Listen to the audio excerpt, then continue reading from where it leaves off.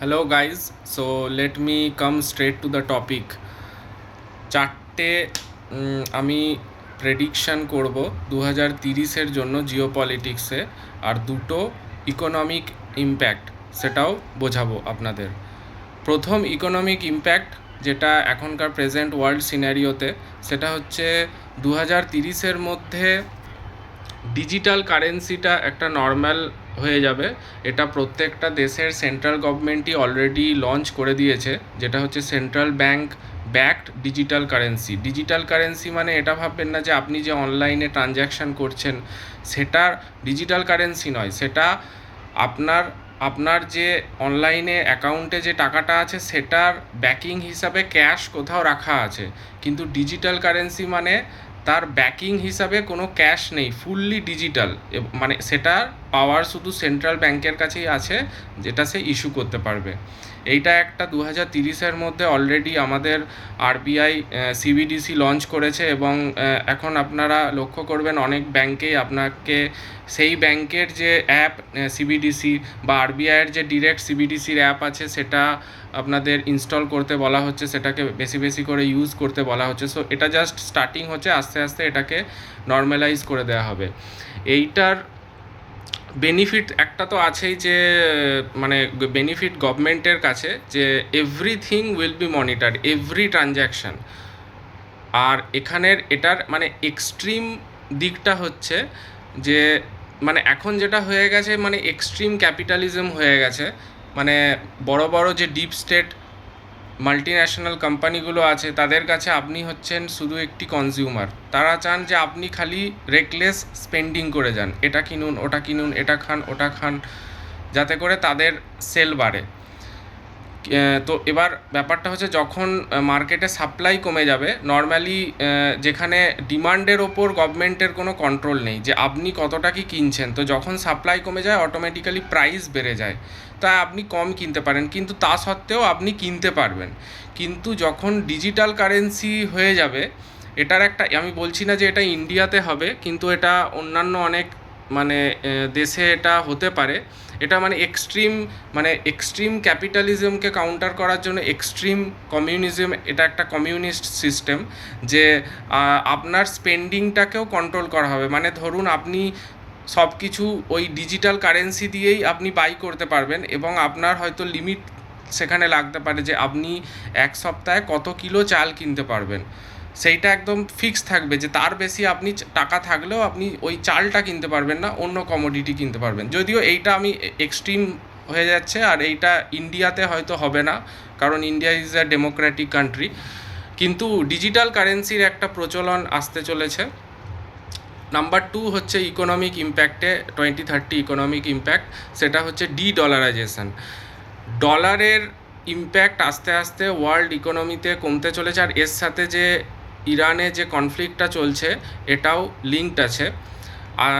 Already যে bricks নেশানগুলো আছে, Brazil, Russia, India, China, south Africa, এরা চিন্তাভাবনা করছে এরা নিজেদের একটা 5টা দেশ মিলিয়ে একটা কারেন্সি, কম্পোজিট কারেন্সি তৈরি করবে, যাতে করে এই 5টা দেশেরই হয়তো টোটাল ট্রানজ্যাকশান ওয়ার্ল্ড ট্রেডের 40%। তো এরা যদি ডিসাইড করে নেয় যে আমরা যে এই 5টা দেশের মধ্যে নিজেদের মধ্যে যে ট্রেডগুলো করব সেইটা আমরা ডলারে করব না। সমস্যাটা কি, এখন যে কোনো দেশ অন্য দেশের সাথে যখনই কোনো ট্রেড করে মাঝখানে ডলারটা থাকে, যে আপনাকে প্রথমে মানে ডাইরেক্ট ট্রানজ্যাকশানটা হয় না। তো এখান থেকে মাঝখান থেকে মানে ইউএসের কোনো রোল না থাকা সত্ত্বেও তার ইম্পর্টেন্সটা থেকে যায়। তো যদি এই ব্রিক্স নেশান, ধরুন এই কম্পোজিট কারেন্সি, যে আমরা নিজেদের মধ্যে যখন ট্রেড করব আমরা ব্রিক্সের আলাদা একটা কারেন্সি ইউজ করব, তো এইটা একটা ডলারাইজেশনের। এর সাথে ইরানের আমি আসবো, যে চারটে 2030-এর মধ্যে যেটা হতে চলেছে জিও পলিটিক্সের ক্ষেত্রে, যে তাইওয়ানকে চায়না দেখবেন টেক ওভার করবে, ইউক্রেনকে রাশিয়া টেক ওভার করবে, পাকিস্তান অকুপায়েড কাশ্মীরকে ইন্ডিয়া টেক ওভার করবে, এবং ইরানের রিজিম চেঞ্জ হবে। এবার ইন্ডিয়া পিওকের যে টেক ওভার আর চায়না তাইওয়ানের টেক ওভারটা একটু ডিফারেন্ট ফ্রম রাশিয়া ইউক্রেনের টেক ওভার আর ইরানে যেটা হচ্ছে। রাশিয়া ইউক্রেন আর ইরানের হচ্ছে, এদের হচ্ছে লং টার্ম 2-3 বছর ধরে চলতে চলতে চলতে একটা টাইম দেখবেন যে ওই দেশের সরকারটা ফল করে যাচ্ছে, নিয়ে একটা টেক ওভার হবে। তো এটা হচ্ছে একটা destructive way of take over. কিন্তু রাশিয়া যেভাবে তাইওয়ানকে টেক ওভার করার প্ল্যান করছে, চায়না যেভাবে তাইওয়ানকে টেক ওভার করার প্ল্যান করছে, বা ইন্ডিয়া যেভাবে পিওকেকে টেক ওভার করার প্ল্যান করছে, সেটা এই রকমের কোনো লং টার্ম ওয়ার হবে না। মানে এটাতে কি হয় যে রাশিয়া হয়তো ইউক্রেনকে পাবে, কিন্তু একটা ডিস্ট্রাক্টেড ইউক্রেন পাবে, ইনফ্রাস্ট্রাকচার সব নষ্ট হয়ে গেছে, শুধু ল্যান্ডটা পাবে। তো এইটা হচ্ছে একটা লস। কিন্তু যখন চায়না ধরুন তাইওয়ানকে টেক ওভার করবে, যে তাইওয়ানের যা ইনফ্রাস্ট্রাকচার অ্যাজ ইট ইজ যদি পায়, সেটা অনেক বেশি প্রফিটেবল। এবং এর কিছু সাইন অলরেডি আমরা দেখতে পাচ্ছি, যেমন তাইওয়ানে সেমিকন্ডাক্টর চিপ বানানোর একটা মেজর সেন্টার হচ্ছে তাইওয়ান, সেটা কিন্তু আস্তে আস্তে তাইওয়ানের থেকে বেরিয়ে যাচ্ছে, যাতে করে মানে ওয়ার্ল্ড লেভেলে ওয়ার্ল্ড লিডার্স তারাও বুঝতে পারছে যে এই জিনিসটা হবে, টেক ওভার চায়না করবেই। তো যাতে করে চায়নার হাতে পুরো সেমিকন্ডাক্টরের কন্ট্রোলটা না চলে আসে, তো ওই জন্য আস্তে আস্তে তাইওয়ান থেকে সেমিকন্ডাক্টরের এই পুরো প্রোডাকশানটা আস্তে আস্তে বার করা হচ্ছে। এবার আসি যে ইরানে যে কনফ্লিক্টটা হচ্ছে সেটার সাথে ডলারাইজেশন কীভাবে লিঙ্কড আছে। অনেকে মনে করছে যে এটা তেলের জন্য হচ্ছে, না, এটা কিন্তু তেলের জন্য হচ্ছে না।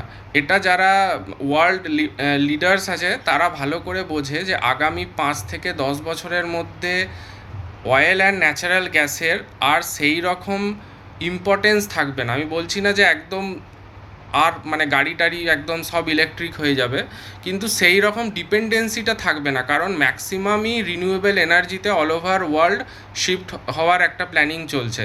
তো এই যুদ্ধটা কিন্তু অয়েল অ্যান্ড ন্যাচারাল গ্যাসের জন্য হচ্ছে না, এটার সঙ্গে অনেক হিস্ট্রিও মানে অনেক কিছু কালচারাল অ্যাসপেক্টও ইনভলভ আছে। এটার মেন টার্গেট হচ্ছে ইরানে রিজিম চেঞ্জ করার। ওখানে যেটা হচ্ছে শিয়া ইসলামিক যে রিজিমটা আছে সেটাকে টপেল করে ইরানের যে শাহরা আছে, যারা রাজা ছিল, যেটা টিপিক্যালি ইসলামিক নয়, কারণ ইরানের একটা ইসলাম আসার আগেও একটা ওখানকার কালচার ছিল। তো সেই শাহদের নিয়ে আসার জন্য এখন বেসিক্যালি যেটা করা হচ্ছে ইরানে, যে যত ওখানের যে মানে ক্লারিক্যাল ইসলামিক যে ক্লার্গিরা আছে তাদেরকে এলিমিনেট করা হচ্ছে, যাতে করে যখন শাহরা আসবে তাদের আর কোনো থ্রেট থাকবে না। তো এইটা একটা হচ্ছে, এবং এইটা কিন্তু চাইছে বাকি যারা ইরানের আশেপাশে যত দেশ আছে, ইউএই বলুন, আরব বলুন, এইগুলো সব হচ্ছে সুন্নি দেশ, এরাও কিন্তু এটা চাইছে যে ইরানে কাট্টার ইসলামিক রিজিমটা চেঞ্জ হোক, এবং এরা আমেরিকাকে দিয়ে করাচ্ছে। ইসরায়েলের অবজেক্টিভটা কি? ইসরায়েলের অবজেক্টিভটা হচ্ছে ওই পুরো ওয়েস্ট এশিয়া রিজিয়নে একমাত্র ইসরায়েলকে টাক্কার দেওয়ার মতো দেশ হচ্ছে ইরান। তো ইসরায়েল নিজের অবজেক্টিভটা আমেরিকাকে দিয়ে ফোর্সফুলি করাচ্ছে। এবার কেন আমেরিকাকে দিয়ে করাচ্ছে সেটা একটা আলাদা কন্ট্রোভার্সিয়াল ইস্যু, যে আমেরিকাকে দিয়েই কেন করাচ্ছে, বা আমেরিকা কেন বাধ্য হচ্ছে করতে। কারণ আমেরিকার এখানে কিছু নেই, আমেরিকার জাস্ট মানে নিজেকে স্পেন্ড হয়ে যাচ্ছে, নিজের মিলিটারি এক্সপেন্ডিচার বলুন। এখানে মেন লাভ হচ্ছে ইসরায়েলের হবে যদি ইরান গভর্নমেন্ট পড়ে যায়, আর আশেপাশের যে সুন্নি দেশগুলো আছে, ইউএই বলুন, আরব বলুন, এদের হবে। কারণ এই সব দেশের মেনলি ইকোনমিটা চলে ট্যুরিজমে। এখানে মানুষ যায় টাকা ওড়াতে, মানে হাই নেটওয়ার্থ ইন্ডিভিজুয়ালরা এইসব দেশে দুবাইতে যায়, দে জাস্ট স্পেন্ড রেকলেসলি। এবার ধরুন আপনি নিজের ফারারিতে ঘুরে বেড়াচ্ছেন, আর একটা ড্রোন এসে আপনার কয়েক কোটি টাকার গাড়িটাকে নষ্ট করে দিল, তো আপনি আর সেখানে যাবেন না। তো এইখানে ওই থ্রেটটাকে এলিমিনেট করতে চাচ্ছে বাকি সুন্নি দেশগুলো। তো এই অবজেক্টিভগুলো আমার মনে হয় 2030 মধ্যেই আমরা দেখতে পাবো। আমার ভিডিওটা যদি আপনারা ভালো লাগে, বা আপনাদের যদি নিজস্ব কোনো এই বিষয়ে ওপিনিয়ন থাকে, তো আপনারা অবশ্যই কমেন্ট সেকশানে জানাবেন। Thank you.